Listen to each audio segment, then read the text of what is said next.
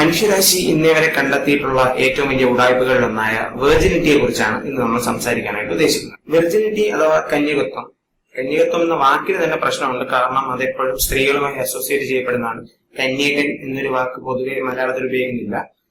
പക്ഷേ ഇംഗ്ലീഷിൽ അതൊരു നോൺ ജെൻഡർ വേർഡാണ്. ആണിനും പെണ്ണിനും ചേർത്ത് ഉപയോഗിക്കാവുന്നതാണ്. എനിവേ, എന്തുകൊണ്ടാണ് ഈ വെർജിനിറ്റി അഥവാ കന്യകത്വം സ്ത്രീകളുമായി കൂടുതൽ അസോസിയേറ്റ് ചെയ്യപ്പെടുന്നത്?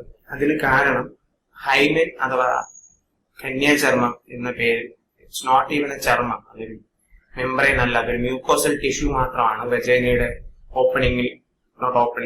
ഇന്നർ ഓപ്പണിംഗിൽ കാണപ്പെടുന്ന ഒരു മ്യൂക്കോസൽ ടിഷ്യൂ മാത്രമാണ് ഹൈമൻ. ഈ ഹൈമന്റെ പ്രസൻസ് ആണ് കന്യകത്വം എന്നതിന്റെ അളവുകോൽ എന്ന് വിശ്വസിക്കുന്ന ഒരു സൊസൈറ്റിയാണ് നമ്മുടേത്. അതിന്റെ ബാക്കിയായിട്ടാണ് ഈ മിത്തുകളെല്ലാം ഉണ്ടാകുന്നത്. ഹൈമനെ കുറിച്ച് നിലവിലുള്ള ഏറ്റവും പ്രമാദമായ ആർഗ്യുമെന്റ് എന്ന് പറയുന്നത് ഹൈമൻ ഒരു തിൻ മെംബ്രെയിൻ ആണ് എന്നും സെക്സ് ചെയ്യുന്ന സമയത്ത് അത് പൊട്ടിപ്പോകും, അല്ലെങ്കിൽ കന്യകയായ ഒരു പെണ്ണിൽ ഹൈമൻ കാണപ്പെടും, കന്യകയല്ലാത്തൊരു പെണ്ണിന്റെ ഹൈമൻ റപ്ചേർഡ് ആയിരിക്കും എന്നുള്ള രീതിക്ക് ഒരു മിത്ത് നിലനിൽക്കുന്നുണ്ട്. Okay, first of all, balloon പൊട്ടുന്നത് പോലെ പൊട്ടിപ്പോകുന്ന ഒരു സാധനമല്ല ഹൈമൻ. ഓക്കെ, അതൊരു മ്യൂക്കോസൽ ടിഷ്യൂ ആണ്. ഈ ബലൂൺ അല്ലെങ്കിൽ ഒരു മെംബ്രെയിൻ എന്നുള്ളതിനേക്കാളും കുറച്ചുകൂടെ സിമിലർ ആയ നമ്മുടെ ഹെയർ ബാൻഡ് പോലുള്ള ഒരു സാധനമാണ്. ഓക്കെ, ലോകത്തെ 50% സ്ത്രീകൾക്കും അത് എക്സ്പാൻഡ് ചെയ്യാനുള്ള കപ്പാസിറ്റി ഉണ്ട്. ഇത് 1906 മേരി ജോൺസൺ എന്ന പേരിലൊരു സയന്റിസ്റ്റ്, പുള്ളിക്കാരി നടത്തിയ ഒരു എക്സാമിനേഷൻ. പുള്ളിക്കാരി മധ്യവയസ്കയായ ഒരു സെക്സ് വർക്കറിൽ ഈ പറഞ്ഞ ഹൈമൻ പരിശോധന നടത്തിയപ്പോ ആ ഹൈമനും ഒരു ടീനേജ് ഗേളിന്റെ ഹൈമനും സിമിലർ ആയിരുന്നു എന്ന് കണ്ടെത്തിയതാണ്. സോ ഫസ്റ്റ് ഓഫ് ഓൾ, ഈ ഹൈമൻ എന്ന് പറഞ്ഞ സാധനത്തിന് അല്ലെങ്കിൽ അത് കാണപ്പെടുന്ന രീതിക്ക്, അതിന്റെ അവസ്ഥയ്ക്ക് സെക്സുമായിട്ട് യാതൊരു ബന്ധമില്ല. ലോകത്തെ 10% സ്ത്രീകൾക്കും ഹൈമൻ എക്സ്പാൻഡബിൾ ആണ്. പെനിട്രേഷന്റെ സമയത്ത് പീനിസിനെ അക്കോമഡേറ്റ് ചെയ്യാനായിട്ട്, അതിനെ എക്സ്പാൻഡ് ചെയ്യാനായിട്ട് സാധിക്കും. ചില ആൾക്കാരിൽ ഈ എക്സ്പാൻഷൻ പ്രോപ്പർട്ടി കുറവായതുകൊണ്ട് തന്നെ സാധാരണ നമ്മൾ വീണ് മുറിയുന്നത് പോലെ അല്ലെങ്കിൽ ഒരയുന്നത് പോലെ ചെറിയ മുറിവുകൾ ഉണ്ടാവുകയും അതിൽ നിന്ന് ബ്ലഡ് വരികയും ചെയ്യും. ഈ കൺസെപ്റ്റ് ആണ് കന്യക ആദ്യമായി സെക്സിൽ ഏർപ്പെടുന്ന സമയത്ത് ബ്ലഡ് വരും എന്നുള്ള വിശ്വാസമായി ഊട്ടിയുറപ്പിക്കപ്പെട്ടിരിക്കുന്നത്. സോ പണ്ട് കാലത്ത് ആദ്യ രാത്രിയിൽ ഒരു വെള്ളവിരി എന്ന് പറഞ്ഞിട്ടൊരു ചടങ്ങുണ്ടായിരുന്നു. ഇപ്പോഴും പല കൾച്ചറുകളിലും അത് ഫോളോ ചെയ്യുന്നുണ്ട്. അതിന്റെ റീസൺ പെണ്ണ് കന്യകയാണോ അല്ലയോ എന്ന് തിരിച്ചറിയണം ബ്ലഡ് വരുമ്പോ എന്നുള്ളത് കൊണ്ടാണ്. സോ ദ പോയിന്റ് ഇസ്, കന്യാചർമ്മം സെക്സിന് ശേഷം പൊട്ടിപ്പോയി അപ്രത്യക്ഷമാവുന്ന ഒന്നല്ല. അത് നോക്കി ഒരു ഡോക്ടർക്ക് നോക്കി തിരിച്ചറിയാൻ പറ്റുകയല്ല. There has been experiments. 36 pregnant ടീനേജേഴ്സിൽ നടത്തിയ പരിശോധനകളിൽ വെറും 2 പേരിൽ മാത്രമേ ഈ പറഞ്ഞ കൃത്യമായ വ്യത്യാസങ്ങൾ കണ്ടെത്താനായി ഡോക്ടർമാർക്ക് പറ്റിയിട്ടുള്ളൂ. അപ്പോൾ 34 ദിവ്യഗർഭങ്ങളിൽ നിങ്ങൾ വിശ്വസിക്കുക, അല്ലെങ്കിൽ ഇങ്ങനെയൊന്നില്ല എന്ന് വിശ്വസിക്കുക എന്നുള്ള സാഹചര്യത്തിൽ മനസ്സിലാക്കേണ്ട കാര്യം ഇതാണ്: ഇതൊരിക്കലും ഒരു ഡോക്ടർക്ക് നോക്കി മനസ്സിലാക്കാൻ പറ്റുന്ന സാധനമല്ല. കാരണം ഓരോ ഹൈമനും ഡിഫറെന്റ് ആണ്. ഓരോ ആൾക്കാരിലും പല രീതിയിലും കാണപ്പെടാം. അത് ഒറ്റ നോട്ടത്തിൽ അതിനൊരു ആക്ച്വൽ ഷേപ്പ് ഉണ്ട് എന്നുള്ള രീതിക്ക് മനസ്സിലാക്കാനൊന്നും പറ്റില്ല. രണ്ടാമത്തെ കാര്യം, എല്ലാ ഹൈമനും കോണ്ടാക്ടിന്റെ സമയത്ത് ബ്ലീഡ് ചെയ്യണം എന്നുമില്ല. അപ്പൊ പിന്നെ ഒരു പെണ്ണ് കന്യകയാണോ അല്ലയോ എന്ന് എങ്ങനെ അറിയും? ഒരേ ഒരു മാർഗമേ ഉള്ളൂ, അവളോട് തന്നെ ചോദിക്കുക. പക്ഷേ അതിന്റെ ഉത്തരം എങ്ങനെ പറയണം എന്നുള്ളത് പൂർണ്ണമായും അവളുടെ സ്വാതന്ത്ര്യമാണ്. അത് നിന്നോട് പറയാൻ സൗകര്യമില്ല എന്ന് പറയുകയാണെങ്കിൽ അത് അംഗീകരിച്ചേ പറ്റൂ. ഏഡ്രിയൻ റിച്ച് എന്ന എഴുത്തുകാരി, ചിന്തക, പുള്ളിക്കാരിയുടെ ഡൊമസ്റ്റിക്കേഷൻ ഓഫ് വുമൻഹുഡ് എന്ന് പറയുന്ന എസ്സേക്കകത്തൊരു കാര്യം പറഞ്ഞു വെക്കുന്നുണ്ട്. സിവിലൈസേഷനുകൾ ഉണ്ടായി തുടങ്ങുന്ന കാലത്ത് പ്രൊക്രിയേഷൻ അഥവാ റീപ്രൊഡക്ഷൻ, ഒരു പുതിയ ഒന്നിന് ജന്മം കൊടുക്കുക എന്ന് പറയുന്ന പ്രോസസ് സ്ത്രീയുടെ മാത്രം കുത്തകയായിരുന്നു. അതായത് അമ്മയിൽ നിന്ന് കുഞ്ഞു വരുന്നു എന്നതിനാൽ അമ്മ ഒരു സത്യവും അച്ഛൻ എന്നതൊരു വിശ്വാസവുമായിരുന്ന കാലത്ത് ആ പ്രോക്രിയേഷനിൽ തനിക്ക് പങ്കുണ്ട് എന്നുള്ളത് ഉറപ്പിക്കാനായി പുരുഷൻ കണ്ടെത്തിയതാണ് സ്ത്രീയുടെ ചാസ്റ്റിറ്റി അഥവാ ചാരിത്ര്യത്തെ തന്റെ കുത്തകയാക്കി വെക്കുക എന്ന് ഏഡ്രിയൻ റിച്ച് എസ്സേയിൽ പറഞ്ഞു വെക്കുന്നുണ്ട്. അവളുടെ വെർജിനിറ്റി പോകുന്നത് തന്നാലായിരിക്കണം, അവൾ സെക്സ് ചെയ്യുന്നത് തന്നോട് മാത്രമായിരിക്കണം. അങ്ങനെ മാത്രമേ തന്റെ ആണ് ഈ കുഞ്ഞ് എന്ന് ഒരാണിന് പറയാൻ സാധിക്കൂ. ഇത് DNA ടെസ്റ്റ് ഉണ്ടാകുന്നതിന് മുമ്പുള്ള ഒരു കാലത്തെയാണ്. സോ അന്നേ ഈ കൾച്ചറൽ കൺട്രോൾ സ്ത്രീകളുടെ വെർജിനിറ്റിയുടെയും ചാസ്റ്റിറ്റിയുടെയും കന്യകത്വത്തിന്റെയും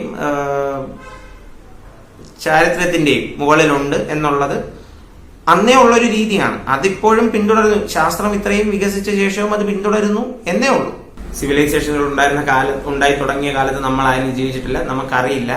പക്ഷേ ഈ കോൺസെപ്റ്റ് ഇപ്പോഴും നിലനിൽക്കുന്നുണ്ട്. വെർജിനിറ്റി എന്ന് പറയുന്നത് ഒരു പെണ്ണിന്റെ ചാരിത്രത്തോട് ഒരുപാട് അസോസിയേറ്റ് ചെയ്യപ്പെടുന്ന ഒരു ടേമാണ്. എന്താണ് ഇതിന്റെ പ്രശ്നം? എന്തുകൊണ്ടാണ് ഒരു പെണ്ണ് ഒന്നിലധികം ആൾക്കാരുമായി സെക്സിൽ ഏർപ്പെടുന്നത് ഒരു പ്രശ്നമാകുന്നത്? ഒരു റിലേഷൻഷിപ്പിൽ ഇരിക്കുന്ന സമയത്ത് നമ്മളൊരു സോഷ്യൽ കോൺട്രാക്ട് എഴുതുകയാണ്. എഴുതുകയല്ല, ബട്ട് നമ്മളത് വിശ്വസിക്കുകയാണ്. ഈ ആളുമായി ശാരീരിക ബന്ധം ഞങ്ങൾ തമ്മിലാണ് ഉള്ളത്, ഞങ്ങൾ എക്സ്ക്ലൂസീവ് ആണ് എന്നുള്ള അണ്ടർസ്റ്റുഡ് ആയ ഒരു കാര്യം അവിടെ ഉണ്ട്.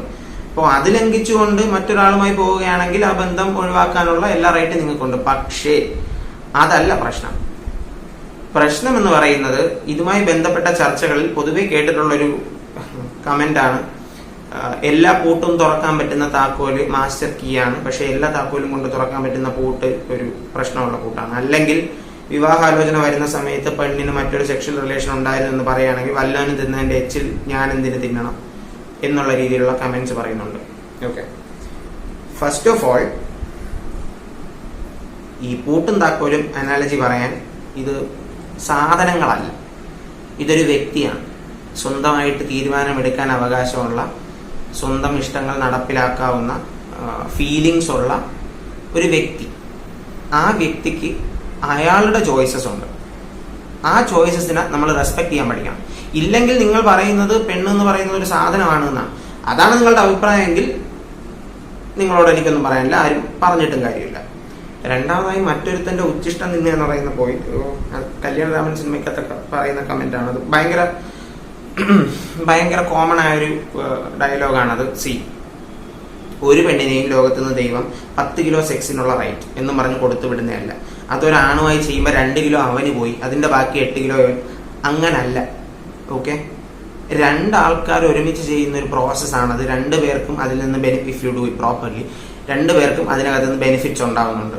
ഓക്കെ, അതും ഒരു വ്യക്തിയുടെ തീരുമാനമാണ്. Like whether to have sex with me or not, or whether to have sex with another person or not. അതിനെയും വീണ്ടും ഈ പറഞ്ഞ പോലെ എച്ചിൽ തിന്നുക, ഉച്ചിഷ്ടം തിന്നുക എന്നുള്ള രീതിയിൽ പുച്ഛിക്കുന്നത് വഴി നിങ്ങൾ ഒരാളുടെ ഇൻഡിവിജ്വാലിറ്റി ഡിനൈ ചെയ്യുകയാണ്. അതൊരു വ്യക്തിയല്ല, ഒരു ഹ്യൂമൻ ബീയിങ് അല്ല, മറിച്ച് കൺസ്യൂം ചെയ്യപ്പെടേണ്ട ഒരു സാധനമാണ് എന്നുള്ള രീതിക്ക് പറയുകയാണ്. സോ അങ്ങനാണ് നിങ്ങൾ വിശ്വസിക്കുന്നതെങ്കിൽ നിങ്ങൾ സ്ത്രീകൾക്ക് എത്ര സ്വാതന്ത്ര്യം കൊടുക്കുന്ന മോഡേൺ ഫാമിലിയിൽ നിന്ന് വരുന്നതാണെന്ന് പറഞ്ഞിട്ടും കാര്യമില്ല. You are A misogynist. Don't be that guy.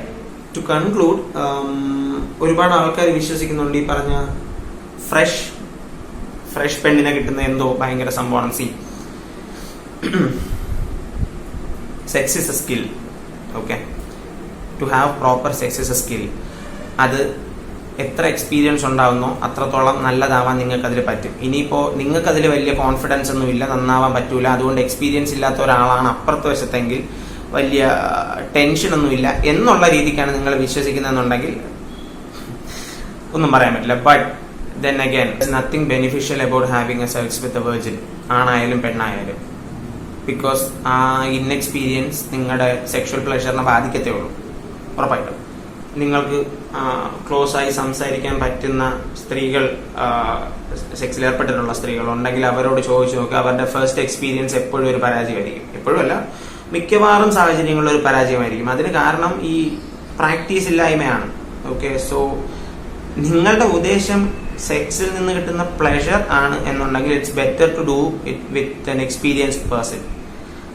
ആ സമയത്ത് ഈ പറഞ്ഞ പോലെ ഉച്ചിഷ്ടം തിന്നുന്നു എന്ന് നിങ്ങൾക്ക് തോന്നുന്നുണ്ടെങ്കിൽ നിങ്ങൾ മറ്റേ ആളിന്റെ ഇൻഡിവിജ്വാലിറ്റി, മറ്റൊരാളൊരു ഹ്യൂമൻ ബീയിങ് ആണ് എന്ന് പോലും മനസ്സിലാക്കാണ്ട് ചെയ്യുന്നതാണ്. അഗൈൻ ഇതൊരു റിലേഷൻഷിപ്പിന് പുറത്തുപോയി ചെയ്യുന്നതിനെ കുറിച്ചല്ല ഞാൻ പറയുന്നത്. ആൾക്കാർ അവരുടെ സെൽഫ്, അവരുടെ ഫ്രീഡം, അവരുടെ ഫീലിങ്സ് എക്സിബിറ്റ് ചെയ്യുന്നതിനെ കുറിച്ച് മാത്രമാണ്. സോ ചോയ്സ് നിങ്ങളുടെ കയ്യിലാണ്. ഒന്നുകിൽ നിങ്ങൾക്ക് ഈ പറഞ്ഞ വർഷങ്ങളായിട്ട് ഉണ്ടാക്കി വെച്ചേക്കുന്ന എല്ലാ കൾച്ചറൽ റെസ്ട്രിക്ഷൻസിനെയും വിശ്വസിച്ച് സ്ത്രീകളെ വസ്തുക്കളായി കൺസ്യൂം ചെയ്യപ്പെടേണ്ട തിങ്സായി കണ്ടു ജീവിക്കാം. അല്ലെങ്കിൽ ഇതൊരു നാച്ചുറൽ പ്രോസസ് ആണെന്നും ലോകത്തെ എല്ലാ മൃഗങ്ങൾക്കും ഉള്ളൊരു സാധനമാണെന്നുള്ളതും ഇതുകൊണ്ട് പ്രത്യേകിച്ചൊന്നുമില്ല, ഒരാളിന്റെ ഇമോഷൻസിനെ സാറ്റിസ്ഫൈ ചെയ്യാൻ പറ്റുന്നതാണ് യഥാർത്ഥത്തിൽ സ്നേഹം എന്നും മനസ്സിലാക്കാം. സോ സ്നേഹവും സെക്സും രണ്ടാണ് എന്നുകൂടെ മനസ്സിലാക്കുക.